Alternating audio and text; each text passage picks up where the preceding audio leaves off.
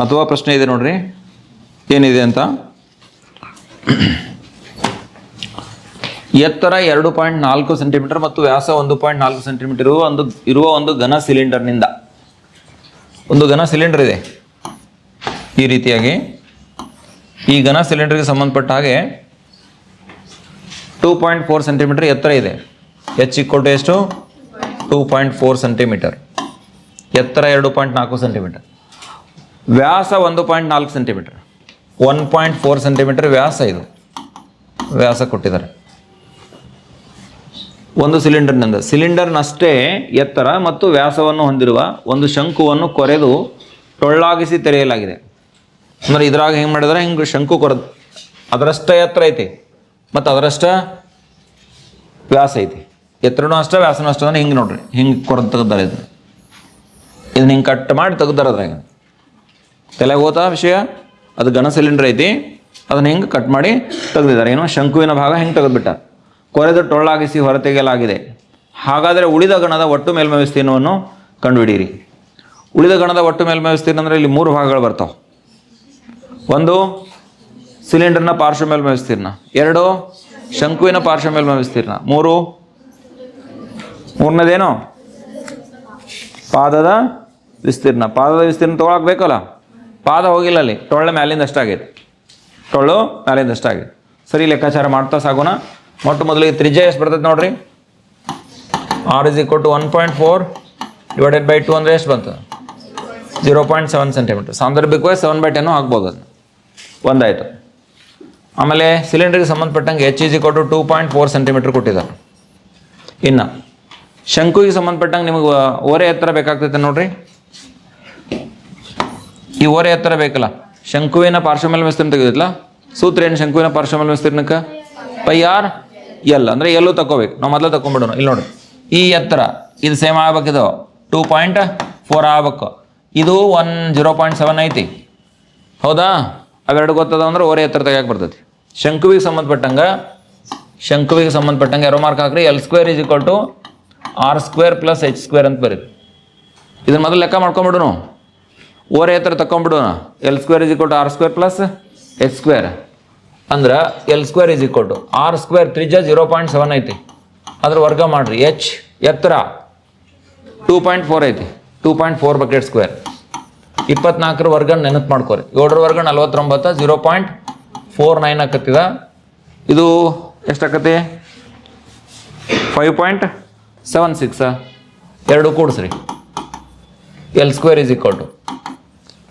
5.76ಕ್ಕೆ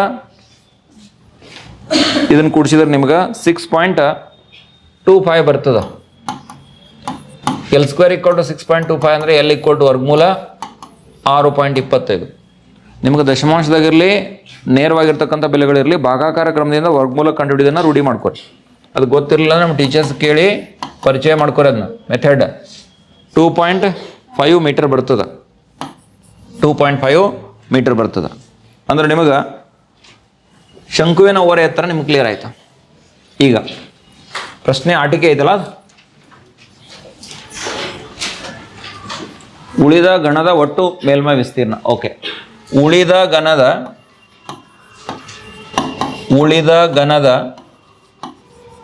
ಒಟ್ಟು ಮೇಲ್ಮೈ ವಿಸ್ತೀರ್ಣ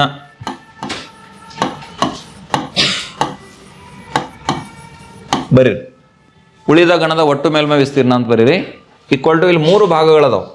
ಅವು ಯಾವ್ಯಾವ ಅನ್ನೋದನ್ನು ಸರಿಯಾಗಿ ಮನಸ್ಸಿಗೆ ತಗೊಳ್ರಿ. ಒಂದನೇದು ಶಂಕುವಿನ ಪಾರ್ಶ್ವ ಮೇಲ್ಮೈ ವಿಸ್ತೀರ್ಣ. ಬರ್ರಿ ಎಲ್ಲರೂ, ಶಂಕುವಿನ ಪಾರ್ಶ್ವ ಮೇಲ್ಮೈ ವಿಸ್ತೀರ್ಣ. ಶಂಕುವಿನ ಪಾರ್ಶ್ವ ಮೇಲ್ಮೈ ವಿಸ್ತೀರ್ಣ ಒಂದನೇದು. ಎರಡನೇದು ಸಿಲಿಂಡರ್ನ ಪಾರ್ಶ್ವ ಮೇಲ್ಮೈ ವಿಸ್ತೀರ್ಣ. ಸಿಲಿಂಡರಿನ ಪಾರ್ಶ್ವ ಮೇಲ್ಮೈ ವಿಸ್ತೀರ್ಣ ಪ್ಲಸ್ ಮೂರನೇದು ಸಿಲಿಂಡರಿನ ವೃತ್ತಪಾದದ ವಿಸ್ತೀರ್ಣ. ಸಿಲಿಂಡರಿನ ಪಾದದ ವಿಸ್ತೀರ್ಣ ಇಷ್ಟ ಬರ್ತೀನಿ ನೋಡ್ರಿ. ಸಿಲಿಂಡರಿನ ಪಾದದ ವಿಸ್ತೀರ್ಣ ಎಲ್ಲವಕ್ಕೂ ಸೂತ್ರ ಹಾಕ್ರಿ. ಎಲ್ಲವಕ್ಕೂ ಸೂತ್ರ ಹಾಕೋಣ.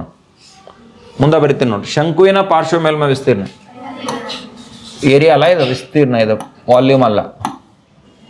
A = ಟೋಟಲ್ ಸರ್ಫೇಸ್ ಏರಿಯಾ = ಶಂಕುವಿನ ಪಾರ್ಶ್ವ ಮೇಲ್ಮೈ ವಿಸ್ತೀರ್ಣ πr L. ಎರಡನೇದು ಸಿಲಿಂಡರ್ನ ಪಾರ್ಶ್ವ ಮೇಲ್ಮೈ ವಿಸ್ತೀರ್ಣ 2πr(h). ಮೂರನೇದ್ದು ಸಿಲಿಂಡರ್ನ ಪಾದದ ವಿಸ್ತೀರ್ಣ ವೃತ್ತಾಕಾರ ಐತ್ಲ ಅದ πr². ಪೈ ಎಲ್ಲಕ್ಕೂ ಸೇಮ್, ಆರು ಎಲ್ಲಕ್ಕೂ ಸೇಮ್, ಅದಕ್ಕೆ πr ಸಾಮಾನ್ಯ ತೆಗೀರಿ. ಇಲ್ಲಿ ಎಲ್ಲಿ ಉಳಿತೈತಿ, ಇಲ್ಲಿ 2h ಉಳಿತೈತಿ, ಇಲ್ಲಿ r ಉಳಿತೈತಿ. ನೋಡ್ರಿ ಸರಿ ಆಯಿತು ಅಲ್ಲ ನಾ ಬರ್ದದು. ಅರ್ಥ ಮಾಡ್ಕೊಂಡ್ರಿ ಏನು ಸಾಮಾನ್ಯ ತೊಗೊಂಡೆ ಏನು ಮಾಡತ್ತೀನಿ ಅನ್ನೋದು ಗೊತ್ತಾಗತ್ತೈತಿ. ಸರಿ, ಇವಾಗ ಏನು ಮಾಡೋನು, ಪೈದ ಬೆಲೆ ಹಾಕೋನು. ನಿರ್ದಿಷ್ಟ ಹಾಕಕ್ಕೆ ಹೇಳ್ಯಾನೋ 22/7 ಹಾಕಿ ನಡೆದಿದ್ದಿಲ್ಲಿ. 22/7 ಹಾಕ್ಲಿಕ್ಕಿಲ್ಲಿ ಏನು ತಕರಾರು ಇಲ್ಲ. 22/7 ಹಾಕ್ರಿ.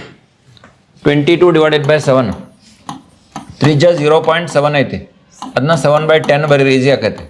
ಇಂಟು ಬ್ರಕೆಟ್ ಎಲ್ಲ ಓರೆ ಎತ್ತರ ಎಷ್ಟು ತೆಗೆದ್ರಲ್ಲ 2.5, ಅದನ್ನು 25/10 ಬರೀನು. +2 × h ಎತ್ತರ ಯಾವುದ್ರ ಎತ್ತರ ಅದು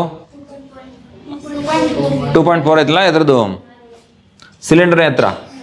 ಎಸ್ 2.4 24/10 ಬರೀರಲ್ಲ, ಈಸಿ ಆಕೈತಿ. ಪ್ಲಸ್ ತ್ರಿಜ್ಯ 7/10. ಇನ್ನು ಸುಲಭೀಕರಣ ಮಾಡ್ಕೊಂಡು 7 ಕ್ಯಾನ್ಸಲ್ ಆಯಿತು.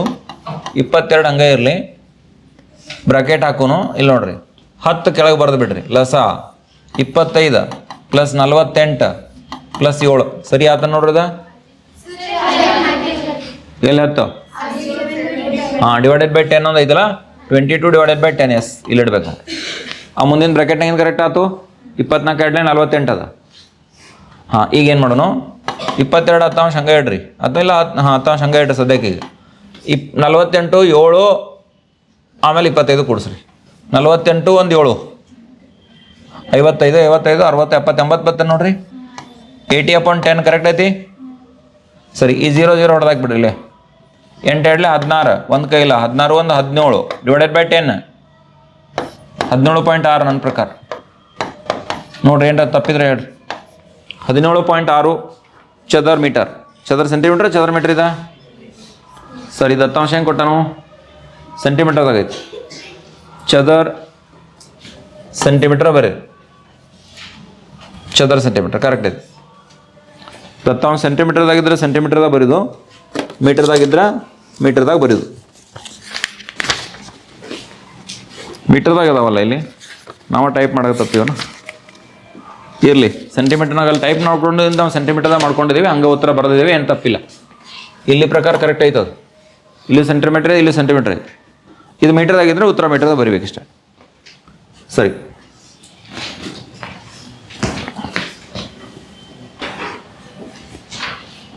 ಮುಂದಿನ ಪ್ರಶ್ನೆಯನ್ನು ಗಮನಿಸ್ರಿ. ಅರ್ಧಗೋಳದ ಪೂರ್ಣ ಮೇಲ್ಮೈ ವಿಸ್ತೀರ್ಣಕ್ಕೆ ಸೂತ್ರ ಕೇಳಿದ್ದಾರೆ. 2πr² ಸರಿಯಾಗಿರ್ತಕ್ಕಂಥ ಉತ್ತರ.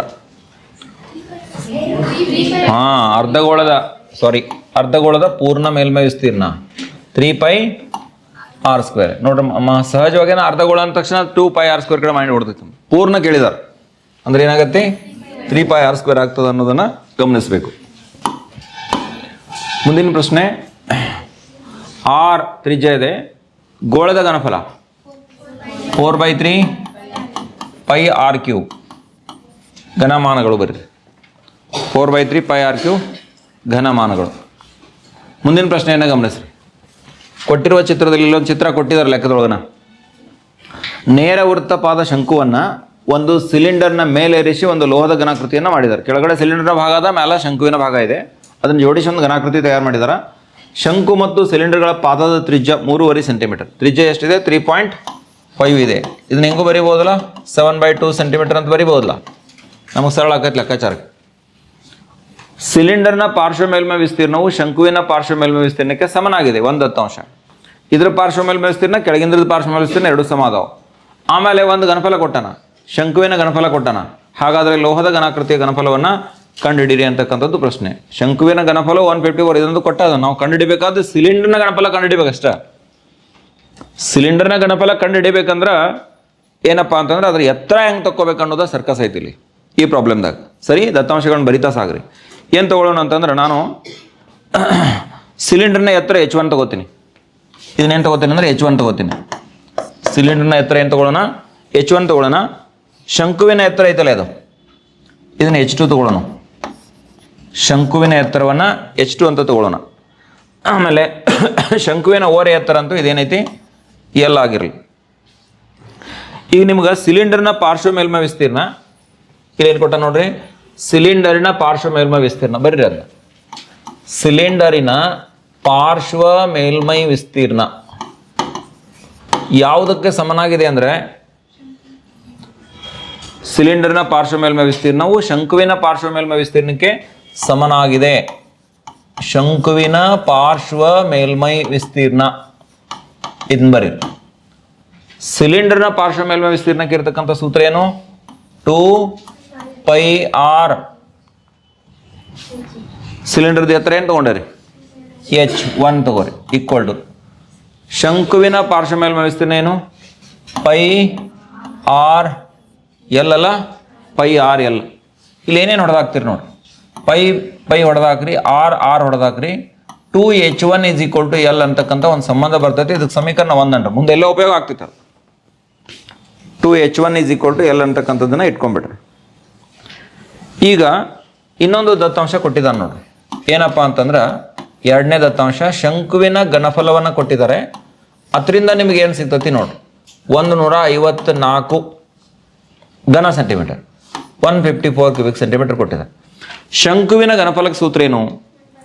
1/3πr². h ಬರಿಬೇಡ್ರಿ, ಶಂಕುಕ್ಕೆ ಏನು ಎತ್ತರ ತೊಗೊಂಡಿದ್ದಾರೆ ನೋಡ್ರಲ್ಲಿ, h2 ತೊಗೊಂಡಿದ್ದಾರೆ. πr² h2 ಬರೀರಿ. ಈ ನೋಟೇಶನ್ ಕರೆಕ್ಟ್ ಯೂಸ್ ಮಾಡಬೇಕು, ಸ್ವಲ್ಪ ವ್ಯತ್ಯಾಸ ಮಾಡ್ಕೊಂಡ್ರೆ ತಪ್ತೀರಿ. 154 ಬರೀರಿ. ಇದ್ರಾಗ ಏನು ಗೊತ್ತೈತೆ ನೋಡಿ, 1/3 ಹಂಗೆ ಹಾಕ್ರಿ, 22/7 ಇಡ್ರಿ, ಆರ್ 7/2 ಇಂಟು 7/2 2 ಸಲ ಇಡ್ರಿ, ಸ್ಕ್ವೇರ್ ಐತಿ, ಇಂಟು h2 = 154. h2 = 154. ಇಲ್ಲಿ ನಿಮಗೆ h2 ಸಿಗ್ತೈತೆ ನೋಡಿ, ಇದನ್ನು ಸುಲಭೀಕರಣ ಮಾಡೋಣ. ಸಿಗತ್ತಲ್ಲ h2? ಸರಿ, 7 ಹೊಡೆದಾಕ್ರಿ, 2 1 2 11. ಆಮೇಲೆ h2 = ಸ್ವಲ್ಪ ಸುಲಭೀಕರಣ ಮಾಡ್ಕೊಂಡು 154 ಇಂಟು 3 ಮ್ಯಾಲೋ ಇರಿದ್ನ, ಕೆಳಗೆ 3 ಐತಿ, 2 1 ಐತಿ ನೋಡ್ರಿ, 2 ವೈರಿ ಈ ಕಡೆ, 3 ಉಳ್ದೈತಿ, ಇಲ್ಲಿ 2 ಉಳ್ದೈತಿ, 11 ಮ್ಯಾಲ ಅಂಶದಾಗ ಉಳ್ದೈತಿ, ಮತ್ತು 7 ಉಳ್ದೈತಿ. 11 ಗುಂಡ್ಲೆ 7, 7 ಕಡ್ತ ಹೋಗ್ತೈತೆ ನೋಡ್ರಿ, 7 ಕಡ್ತ ಹೋಗ್ತದೆ. 7 1 7 2 14, 7 2 14, 11 1 11 2 3 2 6 6 2 12. h2 = ಎಷ್ಟಾಯ್ತು? 12 ಮೀಟರ್ ಬರೀತೀರಾ, ಸೆಂಟಿಮೀಟರ್ ಬರೀತೀರಿ? ಸೆಂಟಿಮೀಟರ್ ಬರೀತೀರಿ. h2 = ಎಷ್ಟಾಯ್ತು? 12 ಸೆಂಟಿಮೀಟರ್ ಆಯ್ತು. h2 = 12 centimetre. ಇನ್ನೇನು ಮಾಡೋಣ ಅಂದ್ರೆ, ಶಂಕುವಿನ ಓರೆ ಎತ್ತರ ಕಂಡುಹಿಡಿಯೋಣ. ನಾವು ಶಂಕುವಿನ ಓರೆ ಎತ್ತರ ಎದಕ್ಕೆ ಬೇಕಾಗ್ತದೆ ನಿಮ್ಗೆ ಹೇಳ್ರಿ?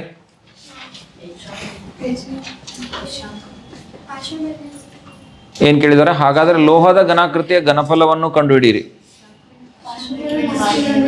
ಏನು? ಈ ಓರೆ ಎತ್ತರ ತೆಗೆಯೋದ್ರಿಂದ ಇಲ್ಲಿ ಇಲ್ಲೊಂದು ಸಂಬಂಧ ಬಂದೈತೆ ನೋಡ್ರಿ. ಈ ಎಲ್ ತಕೊಂಡ್ರೆ h1 ಸಿಗ್ತೈತೆ. ನೀವು ಎಲ್ ತಕೊಂಡ್ರೆ ಏನು ಸಿಗ್ತೈತಿ? h1 ಸಿಗ್ತೈತಿ. h1 ಸಿಕ್ತಂದ್ರೆ ಇದ್ರ ಘನಫಲ ತೆಗಿಯಕ್ಕೆ ಬರ್ತದೆ. ನಾವು ಇಷ್ಟ ಲಾಜಿಕ್ ಐತಿ ಇಲ್ಲಿ, ತಿಳಿತಾ? ಯಾಕೆ ಎಲ್ ತಗೋತೀವಿ ನಾವು ಐಡಿಯಾ ಬಂತು. ಯಾಕೆ ಎಲ್ ತೆಗಿತಾರೆ? ಬರೀ ಎಲ್ ಅವಶ್ಯಕತೆ ಏನೈತಿ ಅಂತ ಅನ್ಬೋದು ನೀವು. ಇಲ್ಲಿ ಎಲ್ಕ ಮತ್ತು h1 ಒಂದು ಸಂಬಂಧ ಬಂದೈತಿ, ಇದನ್ನ ನೋಡ್ಬೇಕು ನೀವು. ಎಲ್ಕ ಮತ್ತು h1 ಒಂದು ಸಂಬಂಧ ಬಂದೈತಿ ಅಂದ್ರೆ ಎಲ್ ಸಿಕ್ತಂದ್ರೆ ನಮ್ಗೆ ಏನು ಸಿಗ್ತೈತಿ? h1 ಸಿಗ್ತದೆ. ನೇರವಾಗಿ h1 ತೆಗಿಯಕ್ಕೆ ಯಾವ ದಾರಿ ಇಲ್ಲ ಇಲ್ಲಿ, ಅದಕ್ಕೆ ಈ ಸಂಬಂಧ ಲೆಕ್ಕಾಚಾರ ಮಾಡ್ತಾ ಇದ್ದೀನಿ ನಾನು. ಸರಿ, ಇವಾಗ ಸೂತ್ರ ಬರೀರಿ. ಶಂಕುವಿನ ಓರೆ ಎತ್ತರ, ಶಂಕುವಿನ ಓರೆ ಎತ್ತರ, ಓರೆ ಎತ್ತರ L = L ಎತ್ತರ L² ಇದು R ಐತಿ, ಇದು h2 ಐತಿ. R² + h2², R² + h2² correct ಆಕತಿಲ್ಲ ನೋಡ್ರಿ. L² R ಅಂದರೆ ತ್ರಿಜ್ಯ 7/2 ಇಂಟು 7/2 ಪ್ಲಸ್ h2², h2 12. ಈಗ ತಾನೇ ಕಂಡುಹಿಡ್ಕೊಂಡ್ರಲ್ಲ, 12ರ ವರ್ಗ. ಇದು 49 4ಅಂಶ ಪ್ಲಸ್ 144, 144. 4 4 16, ಒಂದು ಕೈಲಿ 16 1 17, 4 1 4 5 plus 49 Baglay 4, 576ಕ್ಕೆ 49 ಕೂಡಿಸ್ರಿ.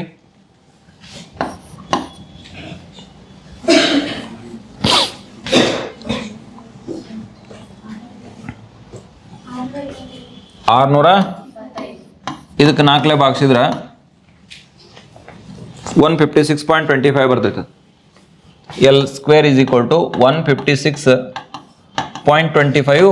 L square equal to ಬಂತು ಅಂದರೆ L equal to root 156.25.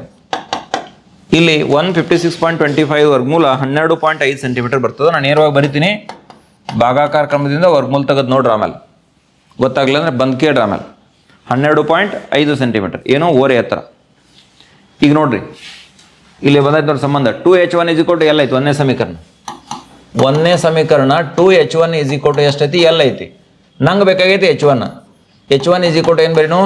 L/2 ಬರಿತೀನಿ. L ಅಂದ್ರೆ ಬಂದೈತಿ 12.5 ಡಿವೈಡೆಡ್ ಬೈ 2. 12.5 ಭಾಗಲೇ 2.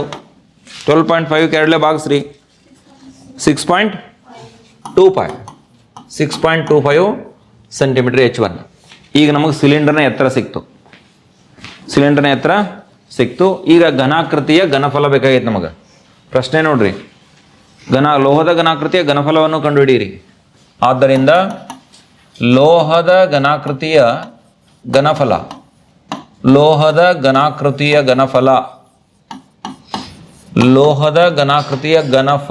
ಈಕ್ವಲ್ ಟು 2 ಭಾಗ ಶಂಕುವಿನ ಘನಫಲ ಪ್ಲಸ್ ಸಿಲಿಂಡರಿನ ಘನಫಲ. ಶಂಕುವಿನ ಘನಫಲ ಪ್ಲಸ್ ಸಿಲಿಂಡರ್ನ ಘನಫಲ. ಶಂಕುವಿನ ಘನಫಲ ನೇರವಾಗಿ ಬರ್ರಿ, ಯಾವ ಸೂತ್ರ ಬರಿಬೇಡ. 154 ಕೊಟ್ಟಿದ್ದಾನೆ, ಆರಂಭಕ್ಕೆ ಕೊಟ್ಟಿದ್ದಾನೆ ನೋಡ್ರಿ. 154 ನೇರವಾಗಿ ಕೊಟ್ಟಿದ್ದಾನೆ, ಕೊಟ್ಟಿದ್ದ ಬೆಲೆ ಹಾಕ್ರಿ 154. ಸಿಲಿಂಡರ್ನ ಘನಫಲಕ್ಕೆ ಸೂತ್ರ ಹಾಕ್ರಿ, πr². H1 ಬರೀತೀರಿ, H2 ಬರೀತೀರಿ? H1 ಬರಿಬೇಕು. πr² H1. ಯಾಕೆ H1 ನೋಡ್ರಿ, ಇಲ್ಲಿ ಡಯಾಗ್ರಾಮ್ದಾಗ ಸಿಲಿಂಡರ್ನ ಎತ್ತರ ಎಷ್ಟೈತಿ? H1 ಅಂತ ತಗೊಂಡಿದ್ವಿ ನಾವು. ಆರಂಭ ಅದನ್ನು ಪರಿಗಣಿಸೋದು ಕರೆಕ್ಟಾ, ಪರಿಗಣಿಸಿದಂಗೆ ಪಾಲಿಸೋದು ಮುಂದೆ ಕರೆಕ್ಟಾ, ಅದು ಮಾಡ್ಕೋಬೇಕು. ಇಲ್ಲಾಂದ್ರೆ 100% ಲೆಕ್ಕಾಚಾರ ತಪ್ತೀರಿ ನಾವು.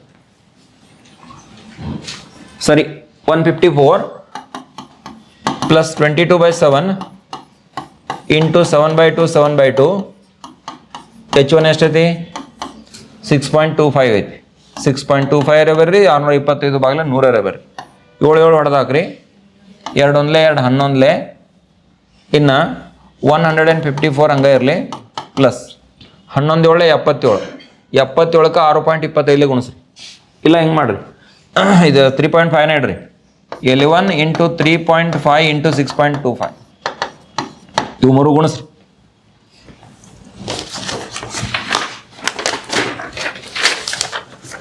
ಮೂರನ್ನು ಗುಣಿಸ್ತಕ್ಕಂಥ ಕೆಲಸ ಮಾಡ್ರಿ. 11 3.5 ಮತ್ತು 6.25 ಗುಣಿಸಿದ್ರೆ 240.625 ಬರ್ತದೆ. 240.625 ಬರ್ತದೆ. ಇವೆರಡು ಕೂಡಿಸ್ರಿ, ನಿಮ್ಗೆ ಫೈನಲ್ ಆನ್ಸರ್ ಬರ್ತದೆ. ಲೋಹದ ಘನಾಕೃತಿಯ ಘನಫಲ ಸಿಗ್ತದೆ.